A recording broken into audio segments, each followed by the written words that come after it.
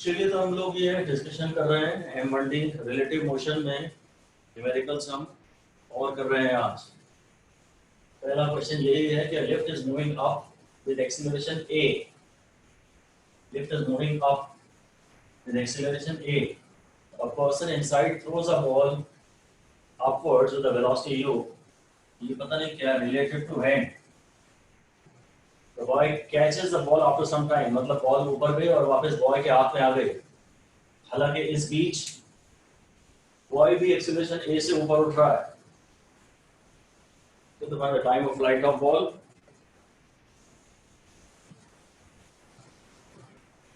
and the maximum height reached by the ball is the lift।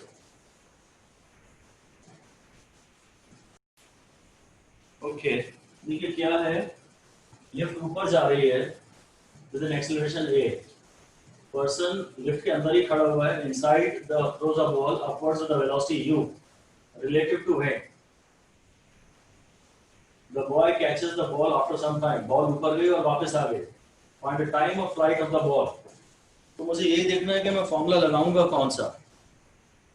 Right, एक बात तो पक्की क्लियर है कि हाँ ये रिलेटिव मोशन का सवाल है, पर मैं ये जो फॉर्मूला है v² = u² + 2as ये नहीं लगा पाऊंगा क्योंकि मुझे टाइम निकालना है और इस इक्वेशन में टाइम आता ही नहीं। फिर v का फॉर्मूला है u+at। तो इसमें जब बॉल वापस उसके हाथ में आ जाएगी ना, जिसने थ्रो की थी, उस समय इसकी वेलोसिटी क्या होगी वो मुझे एक्चुअली कोई जानकारी नहीं है ज्यादा। अपने हाईएस्ट पॉइंट पे तो वेलोसिटी के बारे में मुझे जानकारी होती है कि वो 0 है, और ये वापस जब थ्रोअर के हाथ में आ जाएगी तब उसकी वेलोसिटी क्या होगी वो एक्चुअली मुझे जानकारी नहीं है, क्योंकि इस बीच बॉय भी तो थोड़ा ऊपर उठ गया होगा ना, क्योंकि एक्सीलरेशन से लिफ्ट जा रही है and boy is a part of lift. तो ये फॉर्मूला भी शायद मैं नहीं लगा पाऊंगा। s = ut + ½ at², ये शायद मैं लगा पाऊं, क्योंकि मैं इसको रिलेटिव के फॉर्म में अगर लिख लूंगा तो मुझे कम से कम एक बात की पक्की यकीन है कि जब बॉल वापस बॉय के हाथ में आ जाएगी, जब बॉल ऊपर जाके वापस बॉय के हाथ में आ जाएगी तो रिलेटिव डिस्प्लेसमेंट 0 हो जाएगा। ये इक्वेशन हम लगाएंगे। इसको क्लियर लिखते हैं, displacement of boy with respect to lift, नहीं displacement of ball with respect to boy कर लेते हैं। Ball with respect to boy, और ये सारे टर्म एक एक करके निकाल लेते हैं। ये s ball minus s boy, ये सब तो मुझे नहीं पता, पर ये पक्का पता है कि बॉल पहले भी थ्रोअर के हाथ में से गई है और फाइनली ऊपर जाके वापस थ्रोअर के हाथ में आ गई है। तो बॉय को तो ये लग रहा है कि उसके पास इनिशियली भी यही थी और बाद में भी यही है, तो डिस्प्लेसमेंट 0 है। जो displacement in the ball with respect to boy है वो डेफिनेटली 0 है।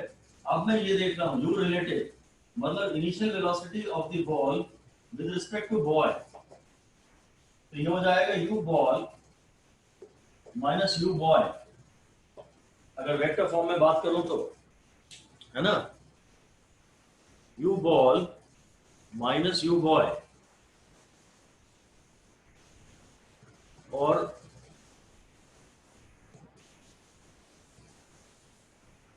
बॉल में वेलोसिटी बॉय के रिस्पेक्ट में, ये उसने ऑलरेडी यही दिया है मुझे, ये मैं समझ नहीं पा रहा था इसका क्या करूं, मुझे डर लग रहा था इससे थोड़ा, पर उसने खुद ही बोला कि the velocity u related to hand, मतलब बॉय के रिस्पेक्ट में ही ये वेलोसिटी u दी हुई।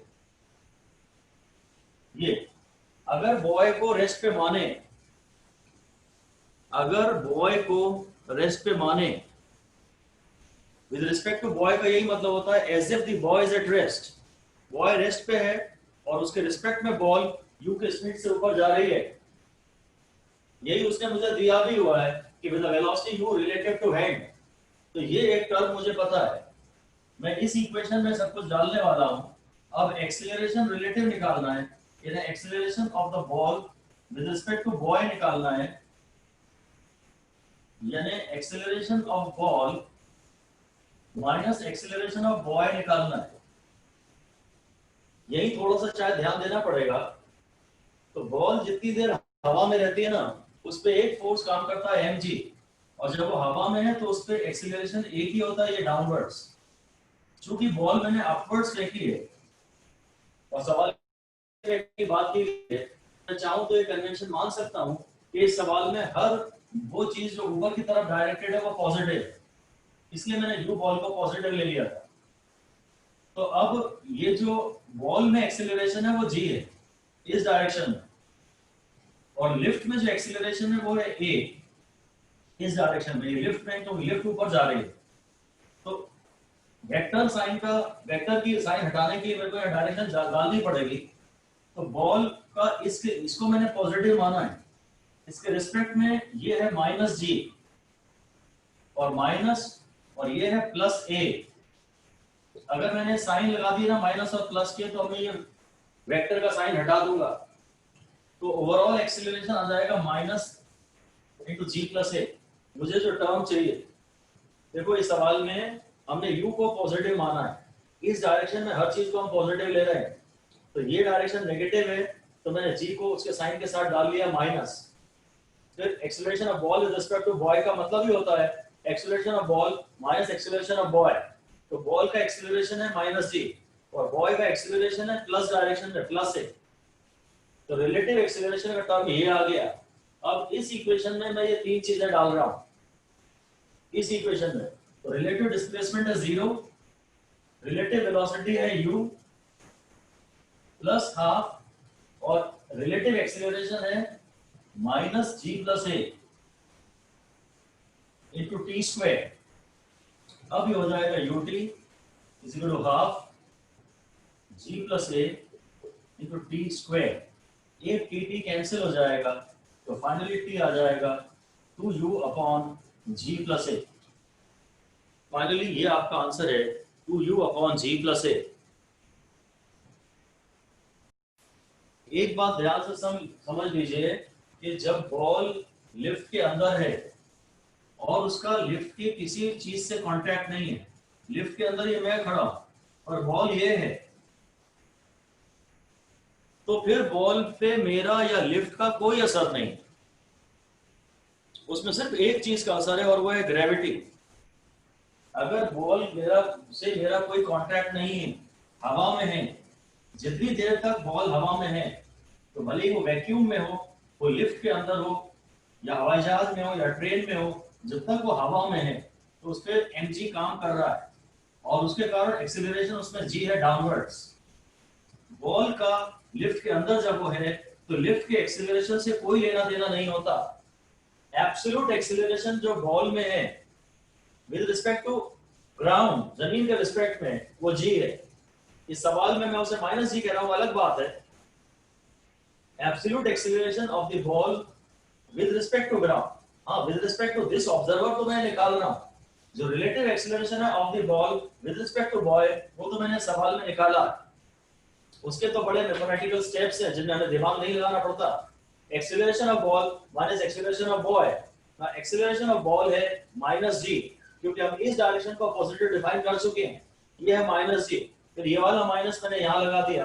और बॉय का जो एक्सीलरेशन है वो लिफ्ट का एक्सीलरेशन है, क्योंकि boy is a part of the lift, और लिफ्ट का एक्सीलरेशन ए था। जो लिफ्ट के कांटेक्ट में है उसका एक्सीलरेशन तो लिफ्ट के एक्सीलरेशन के बराबर होगा, पर बॉल जब हवा में है तो बॉल का कोई कांटेक्ट लिफ्ट से है ही नहीं, तो लिफ्ट का जो एक्सीलरेशन है वो बॉल के एक्सीलरेशन में इंक्लूड नहीं होगा। हाँ, वो acceleration of the ball with respect to boy में इंक्लूड होगा। Acceleration of the ball with respect to boy में लिफ्ट का एक्सीलरेशन इंक्लूड होगा, और जो एब्सोल्यूट एक्सीलरेशन है बॉल का वो सिर्फ जी रहेगा। जब तक वो हवा में है और कोई इसे छू नहीं रहा है तब तक आप सब आसपास की चीजों को भुला दिया करें। अगर बॉल हवा में है और कोई छू नहीं रहा है उसे, और वो ऑफ कोर्स अर्थ की फील्ड में तो है ही, तो उसमें एक्सीलरेशन केवल जी होता है।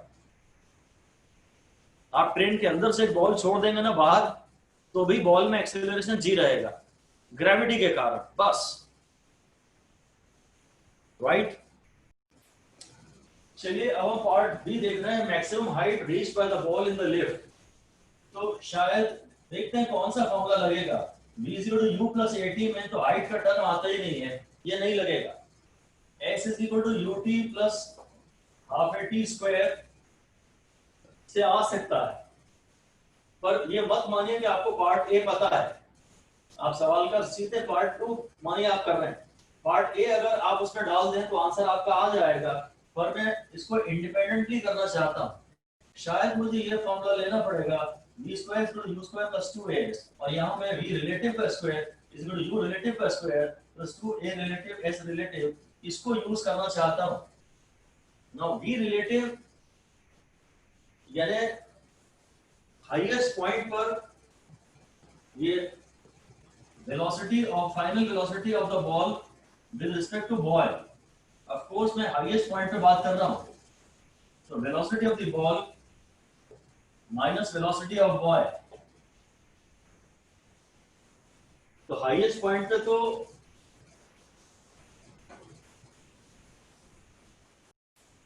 हम highest point पे relative velocity इसको जीरो दिखेगी। जब बॉल की वेलोसिटी और बॉय की वेलोसिटी बराबर हो जाएंगी तो उसकी वेलोसिटी उसको जीरो दिखेगी।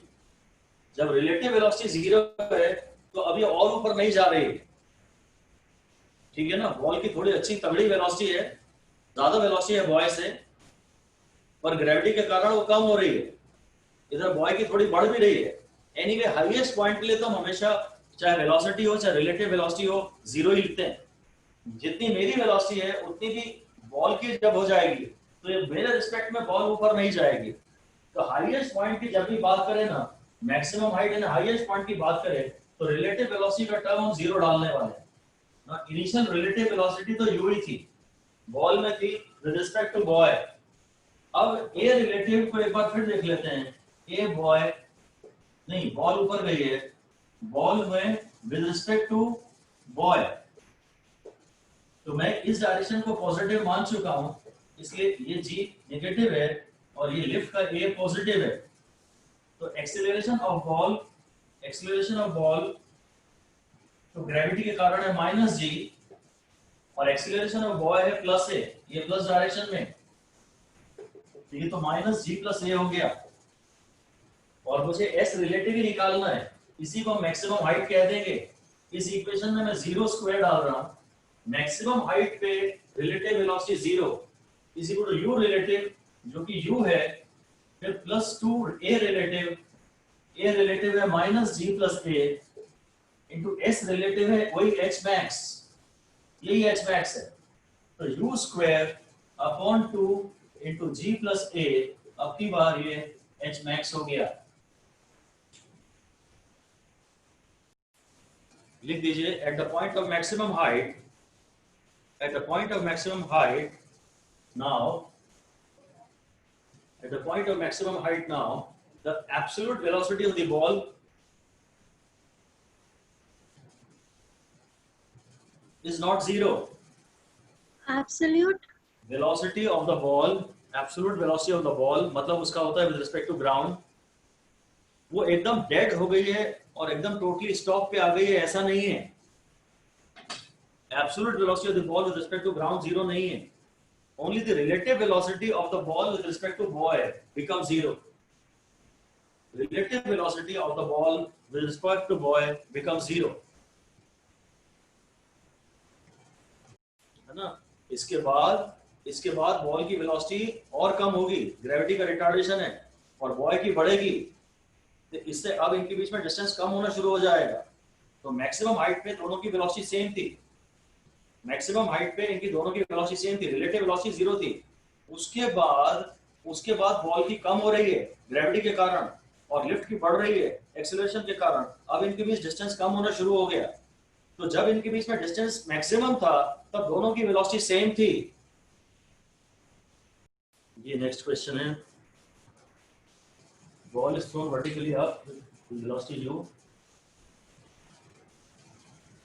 एक बैलून कांस्टेंट वेलोसिटी v से नीचे आ रहा है और उसमें से बॉल को हमने ऊपर फेंका है, पर बॉल की वेलोसिटी u ग्राउंड के रिस्पेक्ट में दी गई है, एब्सोल्यूट वेलोसिटी मतलब एब्सोल्यूट वेलोसिटी, और बैलून नीचे आ रहा है। The ball will pass the balloon after a time,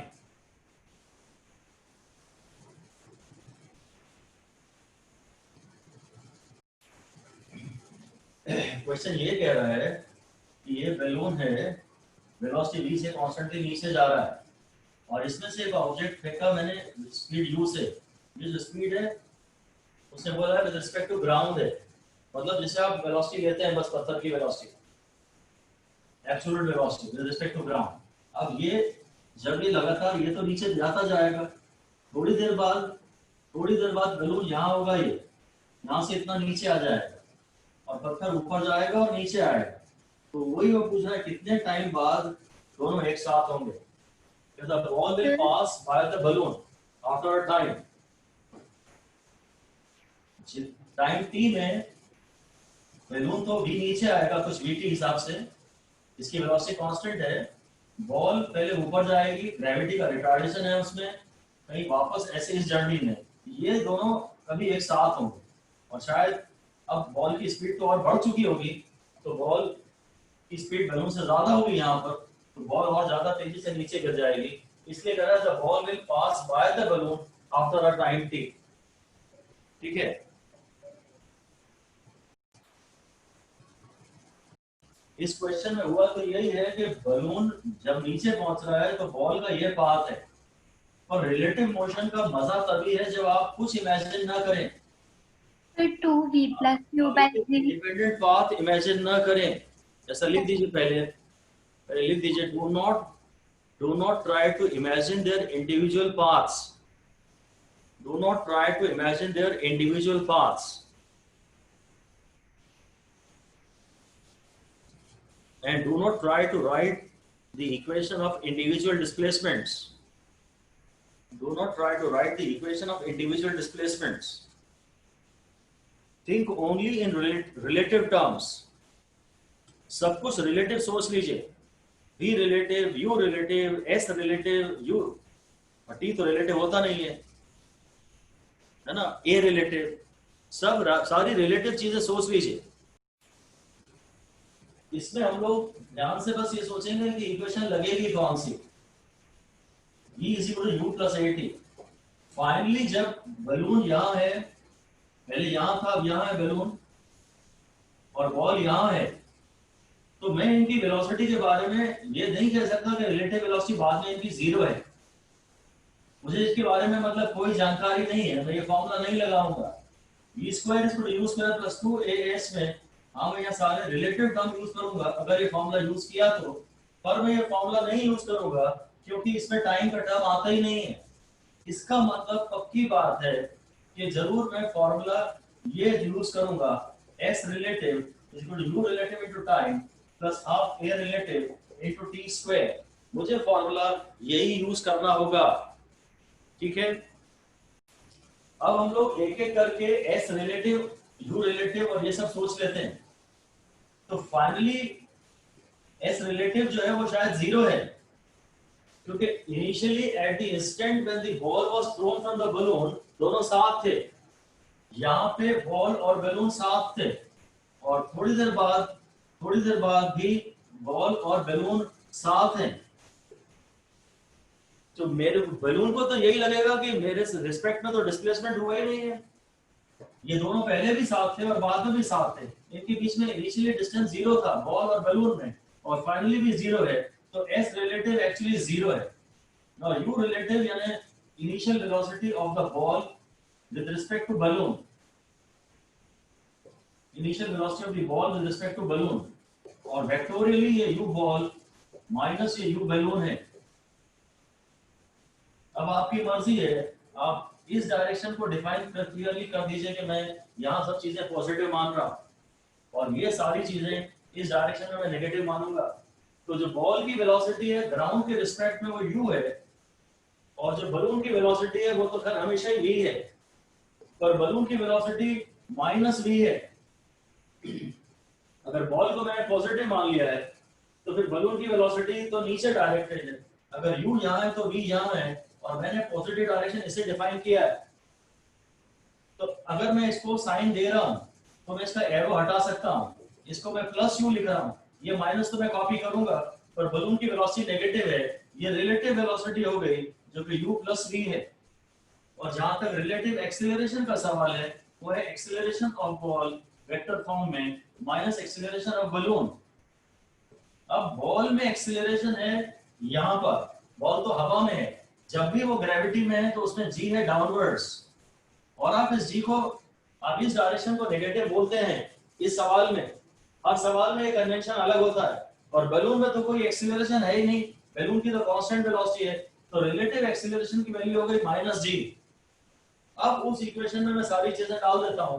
S relative है 0, यू रिलेटिव है u plus v, u relative है u plus v plus half a relative है माइनस जी टी स्क्वायर। तो ये हो जाएगा u plus v is equal to half g t square. और sir आपने टी मिस कर दिया।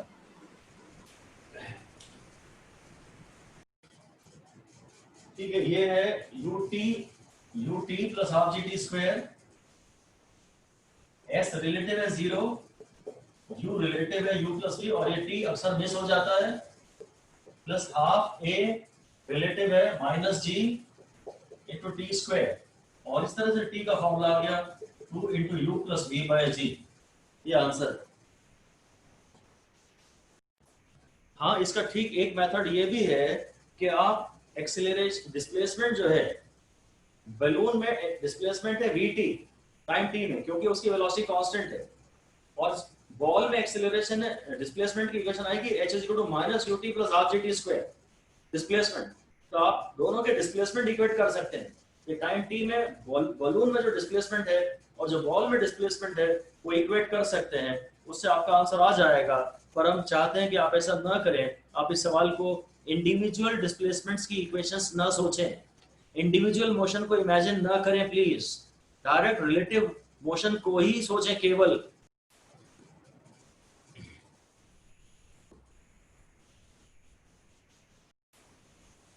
चलिए मेरी बात सुनिए।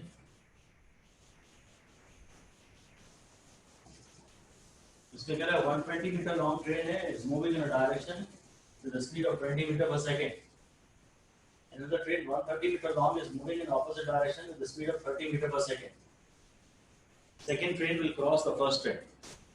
ये एक ऐसा सवाल है जिसमें एक्सीलरेशंस नहीं दिए, तो शायद थोड़ा ज्यादा आसान होगा, केवल रिलेटिव वेलोसिटी कंसीडर करनी होगी। ऐसे ही आप पहले लिख सकते हैं कि none of the train is moving with an acceleration. कोई भी ट्रेन एक्सीलरेशन से नहीं जा रही। That means they are only moving with some constant relative velocity. Constant relative velocity. तो जरूर s relative का formula u relative into t बस यही लगेगा। एक्सेलरेशन तो है ही नहीं किसी भी ट्रेन में, ना तो कोई एक्सेलरेशन है ना कोई रिटार्डेशन है। ट्रेन के सवालों में आपको ये समझना है कि नई चीज ये है crosses. What is the process of crossing? तो ये अगर मान लीजिए ट्रेन A है और ये उसका इंजन है और ये उसके गार्ड का कंपार्टमेंट है, ये इंजन ऑफ ए है, ये गार्ड ऑफ ए है, ये इधर जा रहा है। तो जब ये ट्रेन यहाँ है तब तो कोई बात नहीं है, जब ये ट्रेन यहाँ है ना, दूसरी वाली बी ट्रेन, बी का इंजन यहाँ है और बी का गार्ड का डब्बा यहाँ है और ये यहाँ जा रहा है, तो इस मोमेंट पे जब ये बिल्कुल मैच कर जाते हैं, इस मोमेंट पे the process of crossing starts. और हम कहते हैं ये क्रॉस हो गए हैं जब इनकी पोजीशन ऐसी बन जाती है, जब कहानी ये बन जाती है कि इंजन ऑफ ए यहाँ है, गार्ड ऑफ ए यहाँ है, और जब ये ऐसा हो जाता है कि इंजन ऑफ बी यहाँ आ जाए और गार्ड ऑफ बी यहाँ आ जाए, तब बोलते हैं कि दोनों ट्रेनों ने एक दूसरे को क्रॉस कर लिया है मिलके। अब मुझे खाली इस पॉइंट में डिस्प्लेसमेंट चाहिए, मेरे को ये रिलेटिव डिस्प्लेसमेंट अगर देखना है तो मेरे को ये देखना है कि इसने टोटल इसका डिस्प्लेसमेंट इस पॉइंट का कितना हुआ है। ठीक है, तो ये जो डिस्टेंस है, ये तो लेंथ ऑफ ट्रेन है ही, और ये लेंथ ऑफ ट्रेन भी है। तो ये जो पॉइंट पहले यहां था अब यहां आ गया है, ये पॉइंट, यही पॉइंट अब यहां आ गया है, यहाँ बी का गार्ड का डब्बा है और यहाँ बी का इंजन है। तो जो यहाँ ये पोजीशन जब थी और उसके बाद जब ये पोजीशन हो गई है तो इस पॉइंट में कितना डिस्प्लेसमेंट हुआ वो हमें देखना है। तो इतना तो इसने चला ही है और साथ में इतना और चला है। तो ट्रेन के सवालों में हमेशा हम अगर क्रॉस करने की बात कर रहा है तो total displacement will be equal to the length of the sum two trains LA plus LB। मुझे टोटल डिस्प्लेसमेंट निकालना है, वो हमेशा LA प्लस LB होगा। S रिलेटिव का फॉर्मूला है U रिलेटिव इनटू टाइम। अब मैं रिलेटिव वेलोसिटी निकालूंगा, वो फिर रिलेटिव वेलोसिटी जब दोनों ऐसे जाते हैं तो भी वेलोसिटी ऐड होती है और ऐसे में भी ऐड होती है। और जब हम ये बात कर रहे हैं ऐसे में ऐड होती है तो हम प्रैक्टिकल बात कर रहे हैं, अब कोई साइन नहीं रखेंगे तो U1 प्लस U2 होगा, सब साइन वाइन रख लेने के बाद। तो जो रिलेटिव डिस्प्लेसमेंट है वो length of the first train plus length of the second train है, और जो रिलेटिव वेलोसिटी है चूंकि दोनों ट्रेनें ऐसे चल रही हैं तो रिलेटिव वेलोसिटी है एक की 20 है और एक की वेलोसिटी है 30। तो 20 प्लस 30 इंटू टी, तो ये हो जाएगा 150 is equal to 50 t. 250 is equal to 50 t, तो t is equal to 5 seconds. बस अभी किसी भी ट्रेन में एक्सीलरेशन या रिटार्डेशन नहीं था इसलिए आसान सवाल हो गया। ट्रेन के सवालों में वो ऐसे भी देते हैं कि ट्रेनें दोनों एक दूसरे के पास आ रही हैं या दोनों एक दूसरे से दूर जा रही हैं, और फिर वो बताते हैं एक ट्रेन में एक्सीलरेशन और एक ट्रेन में रिटार्डेशन है, तो फिर वो पूरा प्रोसेस करना पड़ता है। ये देखिए सवाल ये कह रहा है कि दो कार C1 C2 हैं और सेम स्ट्रेट रोड पे जा रहे हैं with velocities 15 and 10 and the separation between the two is 250 meters.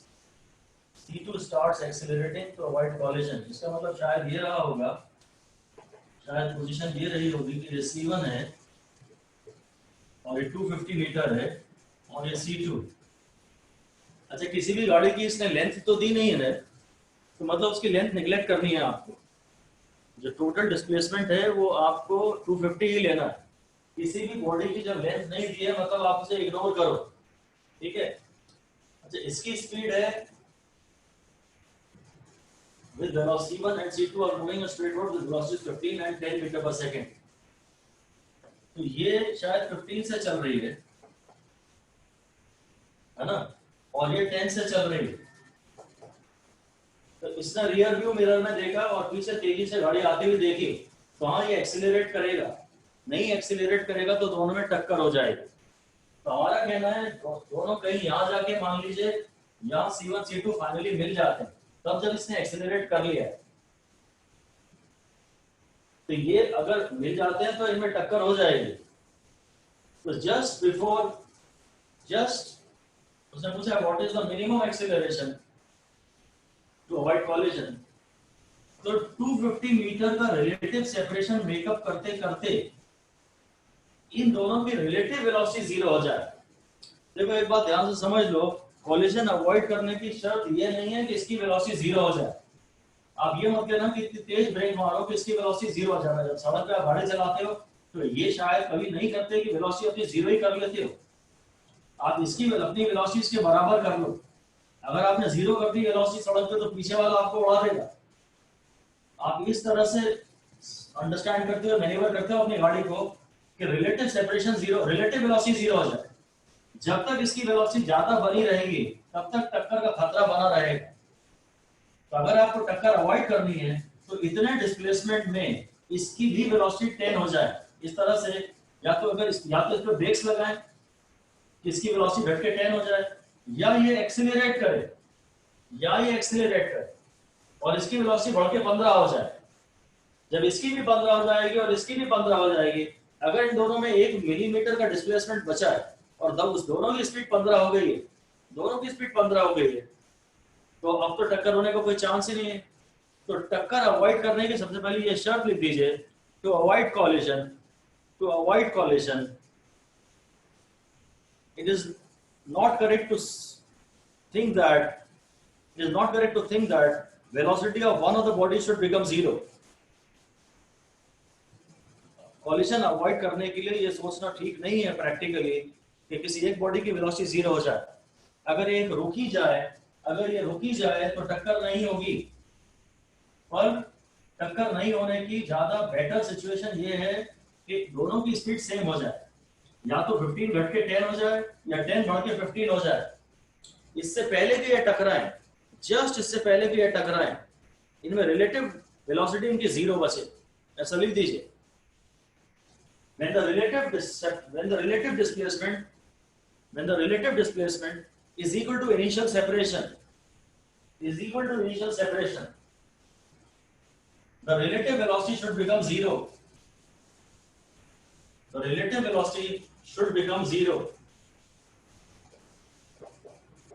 ये C1 है, ये C2 है, ये 250 है, इसकी वेलोसिटी 10 है, इसको मैं U2 मान लेता हूँ, इसको मैं U1 मान लेता हूँ, इसकी वेलोसिटी 15 है। अब इसकी वेलोसिटी ज्यादा है ना, तो हम यही मान रहे हैं कि C1 ने C2 को कैच किया जब ये जस्ट मिल ही रहे, जस्ट ये एक ही लाइन में जा रहे हैं और ये टक्कर यही मारेगा। आप जरूर इक्वेशन तो यही लगेगी क्योंकि टाइम नहीं आ रहा, इक्वेशन तो यही लगेगी क्योंकि टाइम का कहीं कोई जिक्र नहीं है। तो मैं v c1 c2 का square is equal to u c1 c2 का स्क्वायर प्लस 2a यानी a c1 c2 और डिस्प्लेसमेंट यानी s c1 c2, ऐसा कुछ इक्वेशन मैं बनाने वाला हूं। रिलेटिव से मेरा मतलब velocity of c1 with respect to c2, u relative से मतलब initial velocity of c1 with respect to c2। ये मैं टर्म अलग से लिख लेता हूं। v c1 c2 तो हम डिसाइड कर ही चुके हैं, ये तो हमेशा जीरो आएगा। जब भी कोलिजन की बात होगी तो फाइनल वेलोसिटीज दोनों की सेम होंगी, ये एक्सेलरेट कर जाएगी और इसकी वेलोसिटी 10 से 15 हो जाए। अगर इसकी स्पीड अभी 15 नहीं हुई थी और उसके पहले ही इसने डिस्टेंस ट्रैवल कर लिया तो टक्कर हो जाएगी।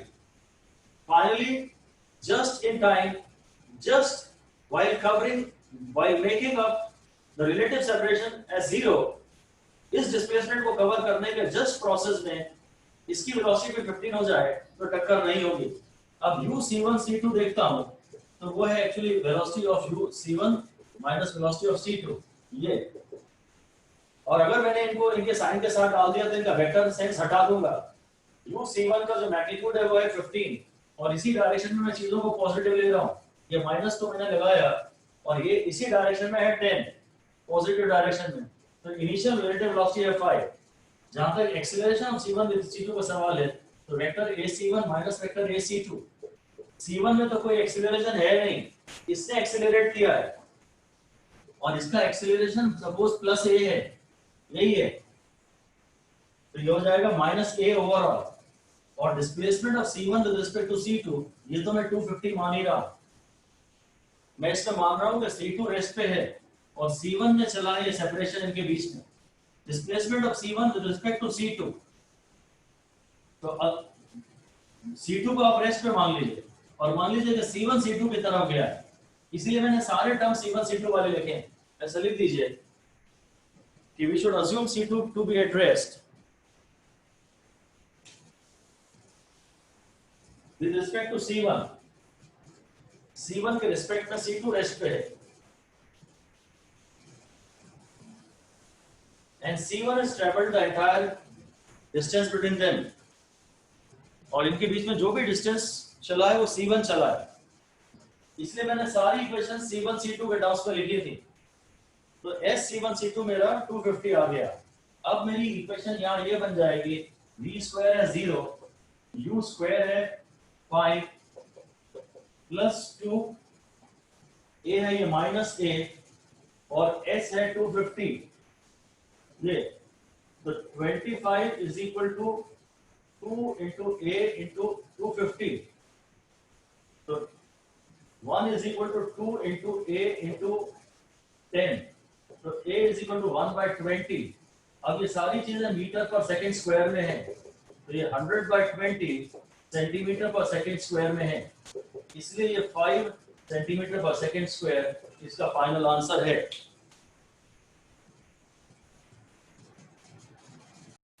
इन दोनों गाड़ियों के बीच में ये डिस्टेंस 250 है और ये तेज चल रहा है, तो आप मान लीजिए कि C2 रेस्ट पे है। अगर खाली डिस्प्लेसमेंट की बात करनी है तो फिर ये मानिए कि C1 में ये डिस्टेंस सारा C1 में चला है, भाई C1 को ही मेकअप कर चलना पड़ेगा ये डिस्टेंस। एक्चुअली तो वही है कि C2 यहाँ आया है और C1 कहीं वहां गया है, तो C2 में अगर x चला है तो C1 में 250 प्लस x चला है, इसलिए जो इसने चला है माइनस जो इसने चला है वो तो हमेशा 250 आएगा ना। एक्चुअल कहानी सच्चाई तो यह है कि एक्सीलरेशन से चलिए, तो मान लीजिए इसने अगर x चला है तो जब ये मिल रहे हैं तो इसने 250 प्लस x चला है, पर मैं तो रिलेटिव में यही तो कहता हूं, रिलेटिव डिस्प्लेसमेंट की अगर बात करनी है तो थोड़ी देर के लिए आप ये मान लीजिए कि सारा डिस्टेंस इसी ने चला है, आपको C1 में डिस्प्लेसमेंट चाहिए C2 के रिस्पेक्ट में, तो आप उस समय मान लेते हैं कि C2 रेस्ट पे है और जो कुछ भी चला है वो C1 चला है, आप बिल्कुल यही मान रहे हैं कि C1 चला है। एब्सोल्युटली तो ये एक्सीलरेशन से चला है, पर मैं तो मान रहा हूं कि C2 रिटार्डेशन से चला है। C1 C2 की एक्सीलरेशन इक्वेशन में तो a नेगेटिव आ गया ना, एक्सीलरेशन A2 ने किया है, पर आप मान रहे हैं कि यही चला है, तो आप फिर मानिए ये अगर एक्सीलरेशन से नहीं चल रहा है तो मतलब ये रिटार्डेशन से चल रहा है, उसको तो आप फ्रीज कर दीजिए और उसके चलने का जो असर हो रहा है वो इसमें इंक्लूड कर लीजिए। सब कुछ मैंने इसको दे दिया, इसने 250 चला, इसकी फाइनल वेलोसिटी 0 हो गई और इसमें रिटार्डेशन ये था माइनस v2 अपॉन a, फिर 2d upon v2 minus v1। जब ट्रेन हॉरिजॉन्टल चल रही है, आपकी बार 2 ट्रेन जा रही है हॉरिजॉन्टल और आपकी बार जो आगे की ट्रेन है वो स्लो चल रही है, ये ट्रेन A है और ये B है, engineer of a train A moving at speed v1, इसकी स्पीड v1 है और ये v2 जो है वो स्लो है, v1 is greater than v2, तो अगर इसका ध्यान नहीं गया तो ये तो सीधे जाके टकरा जाएगी, इसी को ब्रेक मारने पड़ेंगे। इसको तो होश नहीं है कि पीछे गाड़ी तेजी से आ रही है, इसको अगर समझ में आ जाता तो ये अपनी स्पीड बढ़ा लेती, पिछले सवाल में इसकी स्पीड 10 से बढ़ा के हमने 15 कर दी थी, अब इसको ब्रेक्स मारने पड़ेंगे। और हॉरिजॉन्टल मोशन में कहीं भी जी का टर्म आंसर में नहीं आता, ये क्लियरली साफ साफ लिख दीजिए, in horizontal motion no term of g appears mostly. बाद में जब हम फ्रिक्शन वगैरह का चैप्टर पढ़ेंगे तो हॉरिजॉन्टल मोशन में भी जी का टर्म आने लगेगा, अदरवाइज हॉरिजॉन्टल मोशन में जी का टर्म नहीं आता। देखिए क्या है कि इसको ब्रेक्स लगाने पड़ेंगे और अगर टाइम टी में इसकी भी वेलोसिटी घट के v2 हो जाती है, जस्ट टकराने के जस्ट पहले इसकी भी वेलोसिटी घट के v2 हो जाती है, तो फिर टक्कर नहीं होगी। तो फिर से वही बात है कि to avoid collision v relative is equal to 0, या तो ये एक्सीलरेट करे नहीं तो ये रिटार्ड करे, या तो इसकी वेलोसिटी भी इसके बराबर हो जाए या ब्रेक लगा दो v1 भी घट के v2 के बराबर हो जाए। पक्की बात है, मैं फॉर्मूला तो शायद यही लूंगा, v is equal to u plus at, क्योंकि टाइम मांगा है, v relative is equal to u relative plus a relative into t, और v रिलेटिव तो पक्का 0 है, v रिलेटिव पक्का 0 है। अब जहां तक डिस्प्लेसमेंट तो आ ही नहीं रहा, फिर एनीवे मैं रिलेटिव मोशन में मैं यही देखूंगा, ए को यही लगेगा कि ए ही चल रहा है,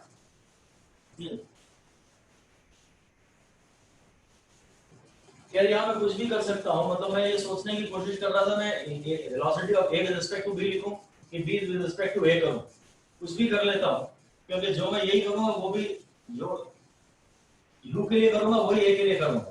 बी रिलेटिव तो 0 है, तो यू रिलेटिव मान लो मैं ले रहा हूँ यू ए बी, तो ये है u a vector u a minus vector u b, vector u a इस डायरेक्शन में है v1, इसको ही मैं प्लस मान ले रहा हूँ, ये वाला माइनस तो मैंने ऐसा का ऐसा लगा दिया, और इसकी वेलोसिटी प्लस डायरेक्शन में है v2, मुझे तो मालूम है जब दोनों ऐसे जाते हैं तो v1 माइनस v2 आता है, और फिर मैं एक तो बेसिक फॉर्मूला तो ये है, ये वेक्टर के टर्म्स में है, पर जब हम ये v1 माइनस v2 कह रहे हैं ऐसे में, तब हम साइन हटाने के बाद की बात कर रहे हैं। अब क्योंकि ये a भी लिया था तो a एक्सीलरेशन भी विद रिस्पेक्ट टू a का विद रिस्पेक्ट टू b ले लो, तो ये acceleration of a minus acceleration of b हो गया। अब एक्सीलरेशन ऑफ a जो है ना, अगर रिटार्डेशन है मतलब a में एक्सीलरेशन इधर है, a में एक्सीलरेशन पैदा किया मतलब वेलोसिटी के अगेंस्ट मार्क करना है इसको डायग्राम में। इस डायरेक्शन में तो वेक्टर को पॉजिटिव लेते हो, ये मत कहना कि रिटार्डेशन है इसलिए मैं a को नेगेटिव ले रहा हूं, ये मत कहना।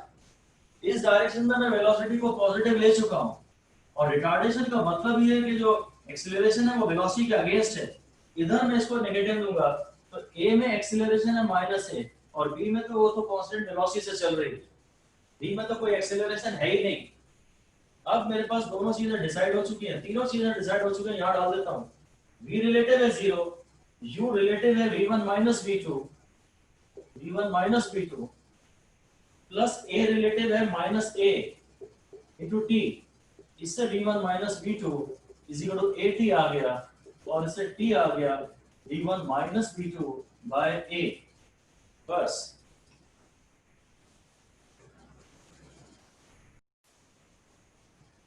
देखिए, अब वो कह रहा है condition to avoid collision in terms of displacement, मतलब इनके बीच में पहले डिस्टेंस d था, at a distance d ahead, ये c1 कार है, इसकी वेलोसिटी v1 है, ये धीरे धीरे जा रहा है, आराम से अपना टहल रहा है तो पार्क में, इसको पता ही नहीं है कि मौत इसके पीछे पड़ी हुई है, तो ये ब्रेक ना लगाए तो सारी कहानी खत्म हो जाए। ये आराम से स्लोअर चल रहा है, उसने कहा है v2 is less than v1, v2 is less than v1। तो अब मैं मान लेता हूं अगर कंडीशन अवॉइड करनी है, अगर आपको कोलिजन अवॉइड करना है तो ये तो पक्का है कि ब्रेक्स लगाइए and v1 should equal to become v2, that is the relative velocity between the two should become 0, and this should happen in distance d, actually this should happen in a distance less than d। वही जरा थोड़ा सा crucial है, जब options देते हैं तो यही दिक्कत होती है, इसको जरा लिख लीजिए इस लाइन को कि let v1 decrease to v2 after a relative displacement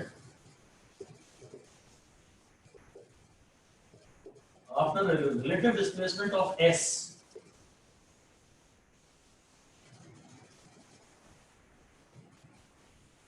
then collision will be averted, टक्कर नहीं होगी if d is less than s, नहीं, if s is less than d। अगर इतना रिलेटिव सेपरेशन मेकअप करने के पहले ही इनकी रिलेटिव वेलोसिटी 0 हो जाए, अगर टक्कर नहीं हो रही तो एक बात तो सीधी फाइनल है, रिलेटिव वेलोसिटी फाइनल को 0 लिखो। Now this relative velocity should become equal to 0 in a distance less than this distance। इतना डिस्टेंस ट्रेवल करने के बाद अगर इनकी वेलोसिटी सेम हो गई, इतना डिस्टेंस बचा है और वेलोसिटी सेम हो गई, और अगर उसके बाद ये वेलोसिटी सेम वेलोसिटी से भी चलते हैं तो अब टक्कर कभी नहीं होगी। सो इनकी रिलेटिव वेलोसिटी 0 हो जानी चाहिए in traveling a distance s, relative displacement s, where s should be less than d। अब क्या है कि हम इसमें फिर से वही, शायद टाइम तो मांगा नहीं है, अब डिस्प्लेसमेंट्स में रिलेशन मांग रहा है, तो कुछ v square is equal to u square plus 2as ले लो, मतलब a भी रिलेटिव और s भी रिलेटिव। और एक बात पक्की है, ज्यादा दिमाग लगाए बगैर कि v रिलेटिव तो 0 है।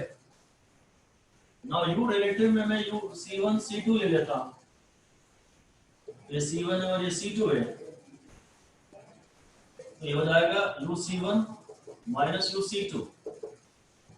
तो वेक्टर uc1 इस डायरेक्शन में, ये v1 है और ये v2 है, तो ये हो जाएगा v1 माइनस v2। अब हम इनके साइन हटा चुके हैं, सेम डायरेक्शन में तो रिलेटिव वेलोसिटी ऐसी होती है। शुरू में इनके बीच में रिलेटिव वेलोसिटी ये थी जो कि डिस्टेंस s ट्रेवल करने में 0 हो जानी चाहिए। तो रिलेटिव डिस्टेंस तो मैं ए आर देख लेता हूं पहले, ये रिलेटिव, यानी अगर ये c1 c2 लिया तो ये भी c1 c2 लेता हूं। ये एक्सेलरेशन ऑफ c1 है वेक्टर फॉर्म में, ये एक्सेलरेशन ऑफ c2 है वेक्टर फॉर्म में, और c1 में रिटार्डेशन हुआ है तो ये उस पर यहाँ काम कर रहा है, ये पॉजिटिव डायरेक्शन ये है तो ये नेगेटिव डायरेक्शन है, तो ये हो गया माइनस a, और c2 में तो वेलोसिटी कांस्टेंट है, इसमें तो वेलोसिटी कांस्टेंट है, इसमें ब्रेक से एक्सीलरेशन कुछ लगाया नहीं है, तो रिलेटिव एक्सीलरेशन माइनस ए आ गया। अब चूंकि मैंने u c1 c2 लिया है, a c1 c2 लिया है, तो s भी मुझे c1 c2 के ध्यान से लेना पड़ेगा। Displacement of c1 minus displacement of c2। तो मैं ये मान रहा हूं कि जो भी एक डिस्टेंस s अगर ट्रेवल किया है, इसी ने किया है, ये जो रिलेटिव सेपरेशन इनके बीच में मेकअप हुआ है वो इसी ने किया है। c1 ने c2 के रिस्पेक्ट में, विद रिस्पेक्ट टू c2 मतलब as if c2 is at rest, with respect to c2 का यही मतलब होता है, as if c2 is at rest. अगर ये रेस्ट पे है तो ये सारा डिस्टेंस इसी ने चला है। तो ये जो sc1 है ये मैंने s लिया है और c2 ने 0 ट्रैवल किया है, क्योंकि मैं बोलता हूं विद रिस्पेक्ट टू c2 मतलब as if c2 is at rest. अब इस इक्वेशन में अगर मैं डाल दूं v square u square plus 2as में सारे रिलेटिव टर्म डाल दूं तो ये हो गया 0 और u हो गया ये v1 माइनस v2 का whole square plus 2a, a है माइनस a और ये डिस्टेंस है s, तो v1 माइनस v2 का whole square is equal to 2as, s is equal to v1 minus v2 का whole square by 2a, but s should be less than d, so d should be greater than s, d should be greater than s, so d should be greater than v1 minus v2 का whole square by 2a। ये शायद final answer आएगा।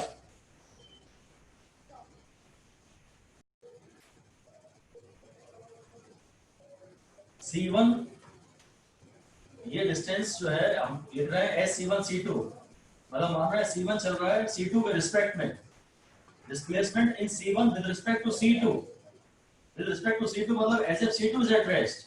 तो इसने जो displacement travel किया है वो तो पॉजिटिव साइन के साथ आएगा ना, कभी-कभी ये नेगेटिव साइन के साथ आ सकता है, ये s हमेशा पॉजिटिव आएगा ऐसा नहीं है, ये नेगेटिव भी आ सकता है, पर sc1 इस डिस्प्ले डायरेक्शन में हुआ है और sc2 को तो मैं 0 ही मान रहा हूं और रिलेटिव सेपरेशन s हुआ है।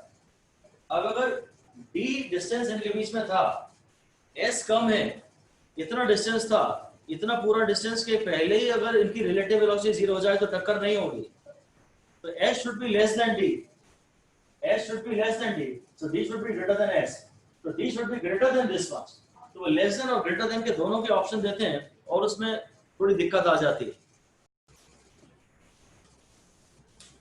आपको दोनों ऑब्जेक्ट की स्पीड फाइंड आउट करनी है अगर यूनिफॉर्मली चल रहे हैं टुवर्ड्स ईच अदर, पहले है towards each other, then they get 4 meter closer each second, पहले ये केस है, ये भी ये v1 है, ये v2 है और बाद में कोई इस डायरेक्शन में जा रहा है, शायद v1 v2 से बड़ा है, अभी भी ये पास तो हो रहे हैं और 10 सेकंड में अब ये 4 मीटर पास आ रहे हैं। एक्सीलरेशन का केस नहीं है ना, इसलिए रिलेटिव कांस्टेंट वेलोसिटी है। ये थोड़ा आसान सवाल है और ये इंपॉर्टेंट भी है, एनसीईआरटी क्वेश्चन है, 1 स्टार लगा लीजिए। ये तो डायरेक्टली बहुत डायरेक्ट सवाल है ये, एक तो एक्सीलरेशन दिए नहीं है। Find speed of two objects if they uniformly move towards each other, तो टुवर्ड्स ईच अदर में तो v1 प्लस v2 यही रिलेटिव वेलोसिटी होती है और रिलेटिव वेलोसिटी है रिलेटिव डिस्प्लेसमेंट इन 1 सेकंड, तो 4 मीटर पर सेकंड यही रिलेटिव वेलोसिटी है, क्योंकि 1 सेकंड में दोनों मिलकर 4 मीटर पास आ रहे हैं, डिस्टेंस अपॉन टाइम वेलोसिटी होता है। अच्छा, अब जब ये सेम डायरेक्शन में जा रहे हैं, सेम डायरेक्शन में ऐसा होता है, तो मैं v1 को बड़ा मान रहा हूँ, v1 बड़ा मान रहा हूँ और ऐसे में तो माइनस ही आता है, सेम डायरेक्शन में रिलेटिव वेलोसिटी ये आती है। वेक्टर फॉर्म में तो ये हमेशा ही ऐसी आती है, पर वेक्टर फॉर्म की बात नहीं कर रहा, मैग्नीट्यूड्स की बात कर रहा हूं, वेक्टर फॉर्म की बात नहीं कर रहा। तो ऐसे में रिलेटिव वेलोसिटी ऐड होती है और ऐसे में माइनस होती है, फिर भी ये पास ही आ रहे हैं, तो रिलेटिव वेलोसिटी है अभी 4/10 डिस्टेंस अपॉन टाइम, 4 मीटर इन 10 सेकंड्स, तो रिलेटिव वेलोसिटी अभी है 0.4। ये दो इक्वेशन बन गई, 2v1 है 4.4, तो v1 है 2.2 और फिर v2 है, इसका मतलब बची हुई 1.8। ये डायरेक्ट आपको रिलेटिव वेलोसिटी दे दी, रिजल्टेंट रिलेटिव वेलोसिटी यहाँ 4 पर सेकंड है और यहाँ 4 मीटर इन 10 सेकंड्स है, पास ही आ रहे हैं, अभी डिस्टेंस अभी भी कम हो रहा है,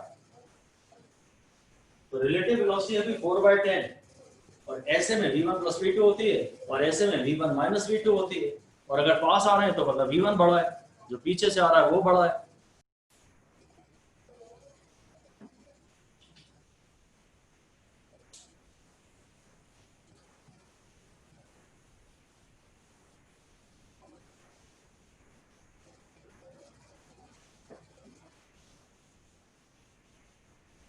फिर दो कार सेम डायरेक्शन में जा रही हैं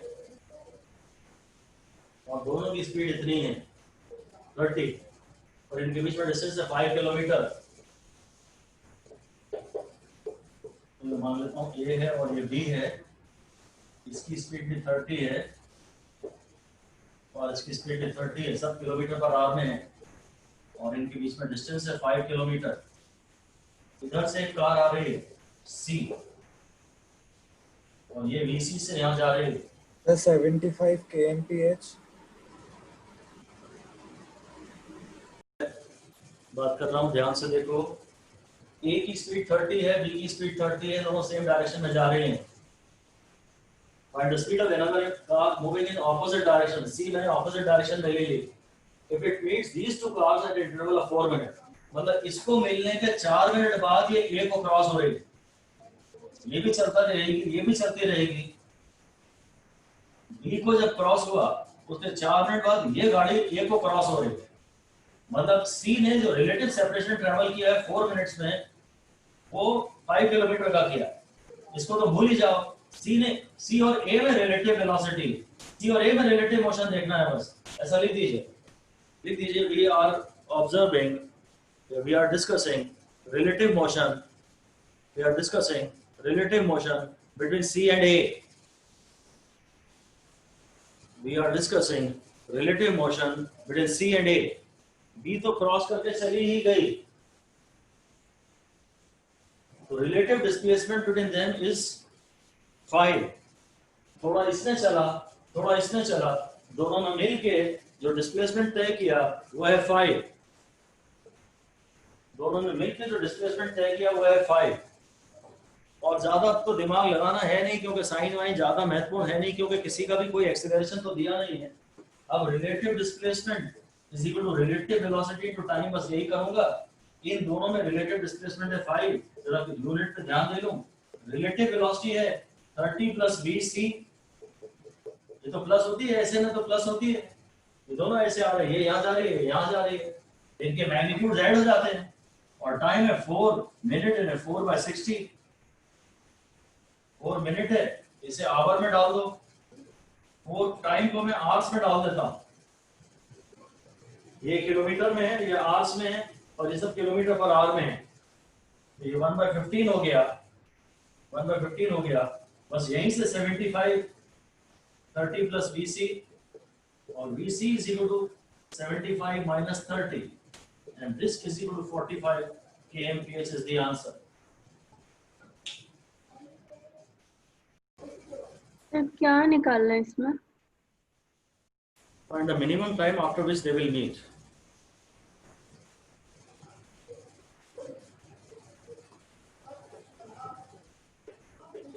ये मैं बॉय को मान लेता हूँ और ये बस को मान लेता हूँ। ये डिस्टेंस 48 है। ये कहीं बस अगर x चलेगी तो बॉय 48 प्लस x चलेगा और ये दोनों मिलेंगे। और मैं इंडिविजुअली हर एक की इक्वेशन लिखना ही नहीं चाहता, मैं तो displacement of the boy with respect to bus ले लेता हूँ। मैं मानता हूँ कि बॉय चल रहा है, एक्चुअली बस रेस्ट पे है,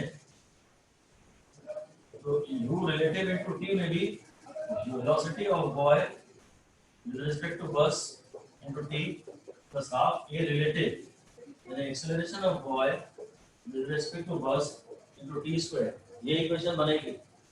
मैं v equal to u plus 80 वाली इक्वेशन बना नहीं सकता क्योंकि मुझे टाइम वाइम ना तो दिया है ना मांगा है।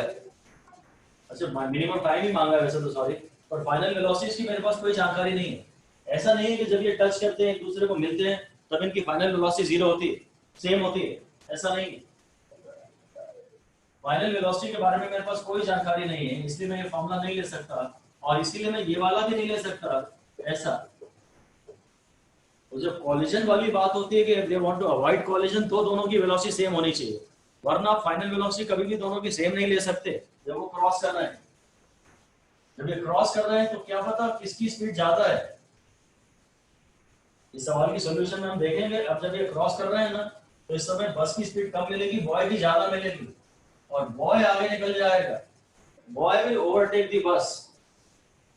Anyway, displacement of the boy with respect to bus मतलब मैं बस को स्टेशनरी मान रहा हूं और जो भी इनके बीच में इनिशियल सेपरेशन था वो सब बॉय नहीं चला है, तो ये तो डायरेक्टली 48 माइनस 0 हो गया। Initial velocity of the boy, इसकी स्पीड 10 मीटर पर सेकंड है इस डायरेक्शन में, यही डायरेक्शन में मैं पॉजिटिव मानी है। बस की इनिशियल वेलोसिटी 0 है, बस सीधे एक्सीलरेशन से चलना स्टार्ट कर रही है। बस का एक्सीलरेशन खाली 1 मीटर पर सेकंड स्क्वायर है। काफी देर बाद जाके इसकी वेलोसिटी 10 होगी, बॉय की तो शुरू से ही 10 है, plus half a boy. Boy का एक्सीलरेशन है 0, बॉय का एक्सीलरेशन है 0 माइनस बस का, और बस का एक्सीलरेशन है इस डायरेक्शन में 1, तो ये मैं माइनस करके +1 लिख रहा हूं टी स्क्वायर। ये इक्वेशन हो गई मेरी। 48 is equal to 10t minus half t square, ठीक है। तो 96 is equal to 20t minus t square. Sir t की वैल्यू 8 आएगी। इसको फिर मैं अपने मेथड से करता हूं। इक्वेशन मेरी यहां तक आ चुकी है। जो सम है माइनस डी बाई वो है 20 और जो प्रोडक्ट है वो है सी बाई है 96। जो सम बाय 2 है वो 10 है, तो 10 plus x into 10 minus x is equal to 96। तो 100 square minus x square is equal to 96। तो x square is equal to 100 minus 96 4, तो x इज इक्वल टू 2। तो जो पहली रूट है वो 10 प्लस 2 है, जो पहली रूट है वो 12 है, और जो दूसरी रूट है जो टाइम है, दूसरा टाइम जो है वो 10 माइनस एक्स 10 माइनस 2 है, तो जो t2 है वो 8 है। ये दोनों वैलिड आंसर्स हैं, दोनों पॉजिटिव आंसर्स हैं। ये क्वाड्रेटिक इक्वेशन आप अपने तरह से सॉल्व कर लीजिए, आपके पास टाइम की यही रूट्स आएंगी। मैंने थोड़ा दूसरा मेथड लगाया है। तो दोनों वैलिड आंसर्स हैं, इनमें से एक भी आंसर ऐसा नहीं है जो इनवैलिड है, एक भी ऐसा आंसर नहीं है जो इनवैलिड है। तो 8 सेकंड बाद भी बॉय और बस एक दूसरे को क्रॉस करेंगे और 12 सेकंड बाद भी ये दोनों एक दूसरे को क्रॉस करेंगे। मैं रिलेटिव डिस्प्लेसमेंट में हर चीज ले रहा हूं बॉय विद रिस्पेक्ट टू बस। शायद मैं ये मानना पसंद कर रहा हूं कि बस रेस्ट पे है और जो इनके बीच में इनिशियल सेपरेशन था वो सारा का सारा बॉय ने ट्रेवल किया। हालांकि मैं उल्टा भी ले सकता हूं, मैं सारी इक्वेशंस में एवरीथिंग ऑफ बस विद रिस्पेक्ट टू बॉय ले सकता हूं। सब में बस विद रिस्पेक्ट टू बॉय लूंगा तो भी आंसर यही आएगा। अभी मेरे को ये मानना ज्यादा अच्छा लग रहा है कि बस रेस्ट पे है और इन दोनों के बीच में जो इनिशियल सेपरेशन था वो सारा का सारा बॉय ने ट्रेवल किया है। तो मैं displacement of boy with respect to bus कह रहा हूं। विद रिस्पेक्ट टू बस मतलब as if the bus is at rest.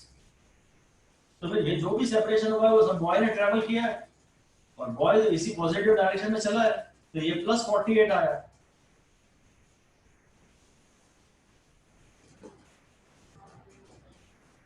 No sir. आप देखते हैं कि ये मिनिमम टाइम तो 8 सेकंड हो गया, पर 8 सेकंड बाद भी और 12 सेकंड बाद भी दोनों टाइम पे ये एक साथ होंगे। ये समझाने के लिए मैं आपको पार्ट बी कहता हूं। After find velocity of each, find velocity of each after 8 seconds. तो 8 सेकंड्स बाद बॉय की वेलोसिटी तो वही रहेगी क्योंकि बॉय में तो एक्सीलरेशन है नहीं, और बस की अगर बात करूं तो u प्लस 8 ही हो जाएगी। बस की इनिशियल वेलोसिटी तो कुछ दी नहीं थी और 8 सेकंड बाद बस की वेलोसिटी हो जाएगी 8। आप समझ गए? 8 सेकंड बाद बस की वेलोसिटी 8, अभी भी बॉय की ज्यादा है। बस ने एक्सीलरेट किया पर उसका एक्सीलरेशन सिर्फ था 1 और बॉय ने पीछे से स्टार्ट किया, पर बॉय की इनिशियल वेलोसिटी ऑलरेडी अच्छी खासी थी, तो इसलिए यहाँ कहीं आके बॉय और बस मिल तो गए, और अभी बस की वेलोसिटी 8 है और बॉय की 10 है, so the boy will overtake, है ना, after 8 seconds. velocity of boy is more, so the boy will overtake. 8 second बाद ये होगा, बस यहाँ आएगी, बस यहाँ से यहाँ आएगी और बॉय यहाँ से यहाँ आएगा, तो दोनों साथ होंगे। पर अब बॉय की वेलोसिटी अभी ज्यादा है तो बॉय आगे निकल जाएगा, और इसका मतलब ये 12 सेकेंड बाद फिर से मिलेंगे, ये 12 सेकेंड बाद फिर से मिलेंगे, ये 2 बार मिलते हैं। तो मैं कहता हूं आपसे यहाँ के अगला पार्ट ये है कि draw position time graph of both, draw position time graph of both. बस जो है वो 48 मीटर आगे से चल रही है, ये बस है और बस एक्सीलरेशन से चल रही है, तो x proportional to t square आएगा। बस का पाथ शायद कुछ ऐसा आएगा, और बॉय का पाथ, बॉय कांस्टेंट वेलोसिटी से जा रहा है, बॉय कांस्टेंट वेलोसिटी से जा रहा है, बॉय का पाथ ये आएगा। बस ऑलरेडी 48 मीटर अहेड है, इनका पाथ कुछ ऐसा आएगा। इनके पोजीशन टाइम ग्राफ 2 जगह इंटरसेक्ट कर रहे हैं, इसलिए ये 2 बार मिल रहे हैं एक दूसरे से। पोजीशन टाइम ग्राफ इनके 2 जगह इंटरसेक्ट कर रहे हैं। ये बस की पोजीशन का ग्राफ है, पैराबोला, सिमेट्रिक पैराबोला, और ये बॉय की पोजीशन का ग्राफ है। बॉय तो कांस्टेंट वेलोसिटी से जा रहा है, xt ग्राफ का स्लोप कांस्टेंट है, और यहाँ x proportional to t square का ग्राफ बनाना है, ये पैराबोला है। ये ग्राफ 2 जगह इंटरसेक्ट हो रहा है, एक t 8 पे और एक t 12 पे। क्वेश्चन ने पूछा था मिनिमम टाइम, तो मिनिमम टाइम है 8 सेकेंड, क्योंकि दो पॉजिटिव रूट्स आ रही हैं और दोनों ही वैलिड रूट्स हैं। आपसे body is at rest at t = 0 is moving in positive direction with constant acceleration, तो x1 की इक्वेशन आ जाएगी हाफ a t स्क्वायर, और x2 की इक्वेशन आ जाएगी मे बी कुछ ut, और मेरे को x1 माइनस x2 का ग्राफ बनाना है, तो हो जाएगा half a t square minus ut, half a t square minus ut। ये है, मुझे बस इसी का ग्राफ बनाना है। इसमें सबसे पहले तो मैं t को 0 देख लेता हूँ, t = 0 पे, हाँ ये x1 माइनस x2 0 है, तो चारों ग्राफ ठीक है। पर ये तो शायद सिमेट्रिक पैराबोला है, कॉन्स्टेंटली डिस्टेंस इनके बीच में बढ़ता ही चला जाएगा, ऐसा नहीं है। आपने को पता है कि वो बस और बॉय वाला सवाल है पिछला वाला, हालांकि यहाँ दोनों t = 0 पे, x = 0 पे ही थे, है ना। पर वही कोई जो जिसकी वेलोसिटी ज्यादा है, जिसकी भी अगर वेलोसिटी ज्यादा हुई, अगर ये वेलोसिटी ज्यादा हुई तो शुरू में ये नेगेटिव आ जाएगा ओवरऑल। एनीवे इसी का हमें ग्राफ बनाना है, और जो ग्राफ है वो parabola, this is a quadratic equation, this is a quadratic equation, ठीक है ना। तो ये ग्राफ तो नहीं होगा, हाँ ये हो सकता है, ये हो सकता है, और पता नहीं शायद ये भी हो सकता है। ये तो शायद ये कह रहा है कि x वापस 0 हो रहा है, इस ग्राफ में ये वापस ये कह रहा है जो x1 माइनस x2 है ना, वो थोड़े टाइम बाद 0 हो गया है, शायद ये मिल गए। और 0 अगर मैं यहाँ लिख के देखूं, ये 0 कब होगा, half a t square is equal to ut, तो t कैंसिल हो गया, हाँ t is equal to 2u by a के बाद ये 0 जाए। अच्छा इसमें भी 0 है, और इसमें भी 0 है, और इसमें भी 0 है, ये बात भी सही है। t is equal to 2u by a के बाद ये दोनों मिल जाएंगे। x1 माइनस x2 0 हो रहा है after a time of 2u by a, पर वो 3 ग्राफ में दिख रहा है, यहाँ भी, यहाँ भी, यहाँ भी, तो तीनों ग्राफ पॉसिबल है। ये टिपिकली क्वाड्रेटिक इक्वेशन का ग्राफ है, तो क्वाड्रेटिक इक्वेशन का ग्राफ या तो ये पॉसिबल है या ये पॉसिबल है। अब फिर इसे समझने के लिए हमारे पास फिर एक ही तरीका है कि हम इसके स्लोप वगैरह के बारे में सोचें कि x1 माइनस x2 को चलो मैं कुछ x डैश लिख देता हूँ, x डैश की इक्वेशन है कुछ a t square minus ut, कुछ ऐसी, चलो हाफ भी ले लिया। अब t इज इक्वल टू 0, पहले इसका आप स्लोप निकाल लो, इस ग्राफ का स्लोप निकाल लो, टाइम से डिफरेंशिएट कर दो। इसका जो स्लोप आ रहा है ना ग्राफ का, ये dx by dt, dx dash by dt, ये जो स्लोप आ रहा है, ये कुछ आ रहा है 2 और 2 कैंसिल हो गया, at माइनस u, बस। अब t इज इक्वल टू 0 पे इसका स्लोप पॉजिटिव है, t is equal to 0 पे नहीं, इसका स्लोप नेगेटिव है, ये t is equal to 0 पे स्लोप नेगेटिव है, और t is equal to 0 पे इसका भी स्लोप नेगेटिव नहीं है, और t is equal to 0 पे इसका भी स्लोप नेगेटिव नहीं है, इसके लिए इसका answer t is equal to 0 पे और भी पॉइंट्स में मैं स्लोप चेक कर सकता हूं। ये टाइम 2u by a है, तो टाइम u by a शायद यहां आ रहा होगा, टाइम u by a के बाद में भी मैं इनकी पोजीशन देख सकता हूं। टाइम u by a के बाद इसकी वेलोसिटी 0 हो रही है, अगर इसका slope relative velocity dx by dt तो वेलोसिटी है, इसको अगर मैं 0 इक्वेट कर दूं तो at is equal to u, हाँ इस ग्राफ का स्लोप ये xt ग्राफ है, ये रिलेटिव वेलोसिटी है, और हाँ यहाँ 0 हो रहा है, ठीक है। t is equal to 0, मैंने बस स्लोप की इक्वेशन निकाली और t is equal to 0 पे स्लोप देख लिया, वो नेगेटिव था, और यहाँ स्लोप पॉजिटिव और यहाँ स्लोप पॉजिटिव है, बस इतना ही काफी है ना।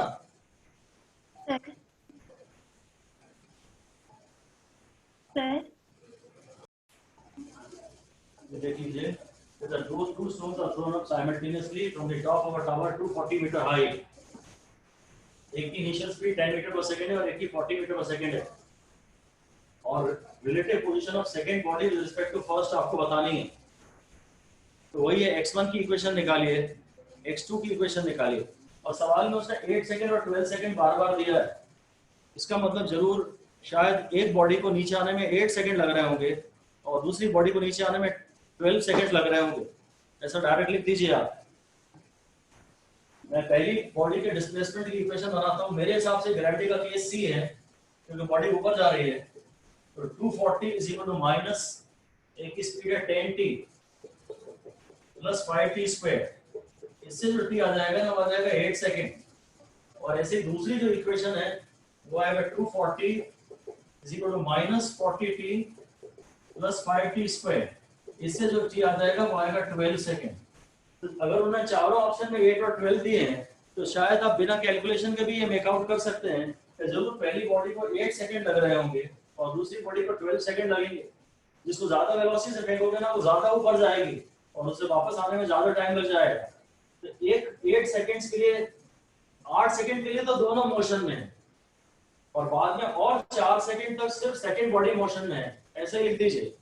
up to 8 seconds both the bodies are in motion, up to 8 seconds both the bodies are in motion, and after 8 seconds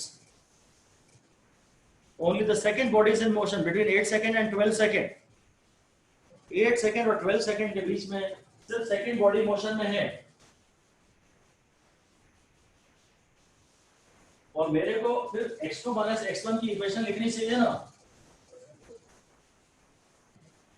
अगर मैं पहले भी इनकी इक्वेशन लिखूंगा ना तो मैं ऑलरेडी जानता हूं कि एक प्रोजेक्टाइल का पाथ दूसरे के रिस्पेक्ट में हमेशा स्ट्रेट लाइन होता है, ये बात आप पढ़ चुके हैं, लिख दीजिए। when both the objects are in motion then the relative motion of one as seen by the other, relative motion of one projectile with respect to the other, relative motion of one projectile with respect to the other is always a straight line, is always a straight line.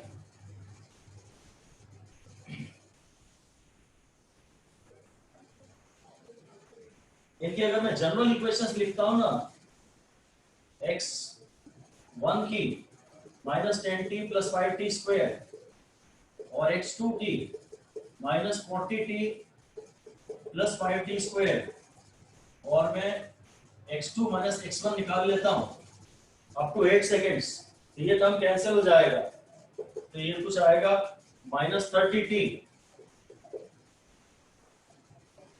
मतलब minus sign में तो कोई graph है नहीं इसलिए मैं minus sign को ignore कर दे रहा हूं, मेरे कन्वेंशन से आया है, पर ये this is of the form y is equal to mx, straight line graph है पासिंग थ्रू ओरिजिन। तो ये वाला पार्ट तो 8 सेकंड तक का तो पार्ट क्या तीनों में ही कॉमन है, कायदे से तो मुझे फिर 8 सेकंड तक के पाथ के बारे में इमेजिनेशन करनी भी नहीं चाहिए थी, क्योंकि वो तो तीनों में ही कॉमन है। मेरे को सारा ध्यान यही सोचना चाहिए था कि 8 सेकंड बाद एक पत्थर तो जमीन पे गिर जाएगा आके, उस समय उसकी पोजीशन तो अब चेंज नहीं हो रही, तो रिलेटिव पोजीशन आप लिख दीजिए आफ्टर 8 सेकेंड्स या between 8 seconds and 12 seconds.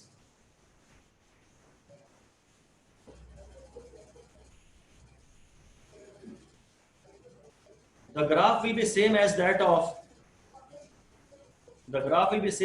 of only the body, xt graph of the body which is in motion। एक बॉडी तो रेस्ट पे आई गई है, सिर्फ दूसरी बॉडी जो मोशन में है, और वो तो पैराबोला बनता है। उसके ग्राफ में 8 सेकेंड्स बाद मुझे इनके बीच इनकी इक्वेशन लिख लेनी चाहिए x2 माइनस x1 की, और वो फिर जब जो बॉडी हवा में होती है और नीचे आ रही होती है उसका xt ग्राफ तो ऐसे ही बनता है। अब मैं रिलेटिव ग्राफ नहीं बनाऊंगा, यहां तक 8 सेकंड तक तो ये रिलेटिव ग्राफ बना था, उसके बाद तो खाली इंडिविजुअली सेकंड बॉडी का जो ग्राफ बनता था वही बनेगा ना। जो बॉडी एयर में है वो ऐसे आ रही है, 8 सेकंड तक तो ये प्रोजेक्टाइल होता है। मुझे मेनली इस बात पे स्ट्रेस करना था, 8 सेकंड तक तो relative motion will always be a straight line. path of one projectile as seen by the other is always a straight line, क्योंकि तब तक relative acceleration होता नहीं है। और after 8 seconds आप 8 seconds बाद x2 एक ही इक्वेशन हो जाएगी, x2 की इक्वेशन हो जाएगी -40t प्लस 5t स्क्वायर, है ना।